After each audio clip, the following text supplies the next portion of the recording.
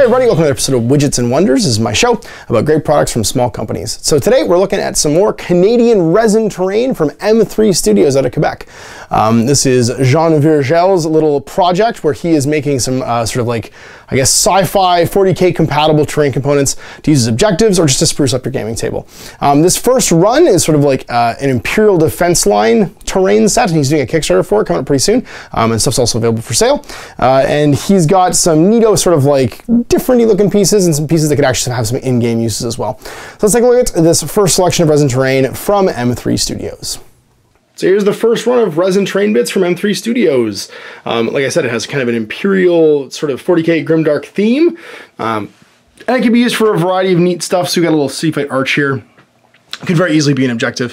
In the new 40K, you measure objective stuff from the center of the piece. So it doesn't really matter what the size and shape of objective is, because it's just a infinitely small point in the battlefield that you measure from the center of. So this arch with the candles and like the book right here could very easily be an objective point.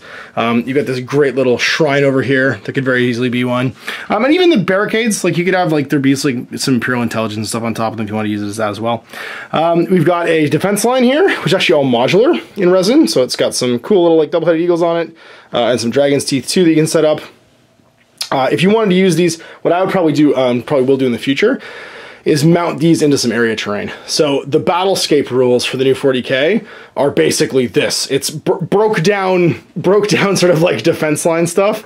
And I use these mine markers because there's a little sort of crater and 1, 2, 3, 4 mines to represent it, because the battlescape, if you move through it, you can potentially take wounds, mortal wounds, because it's dangerous and there's mines there.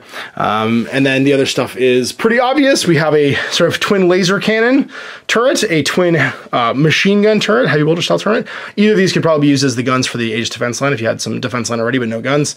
And over here we have a big sentinel relay, which also I think would make a really cool objective, because again, you just measure from the center. So a neat sort of Imperial objective piece. You might have to go to get to it to throw up a signal into space. There's a couple of missions in the Scouring in particular where one objective piece is worth 4 objective points and one's worth 1.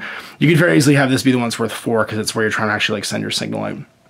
So they're all cast in resin. You can see on the bottom, these are actually all painted by Jean Virgel himself. And it's nice hard resin, not soft.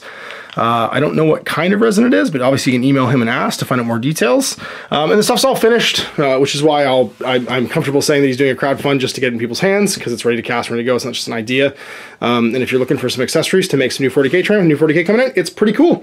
So links in the video description below, you can check it out. And here we have some resin grimdark terrain pieces from M3 Studios out of Quebec in Canada.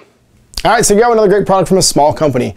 Now, if you know of a product that you think deserves more attention, you can email me at guerrillaminiaturegames@gmail.com or Facebook message me at facebook.com/outofthebasement into the streets, and we'll do our best to put it in front of as many people as possible. So thanks for watching. We'll see you next week for another Widgets Wonders. Phil and Ash.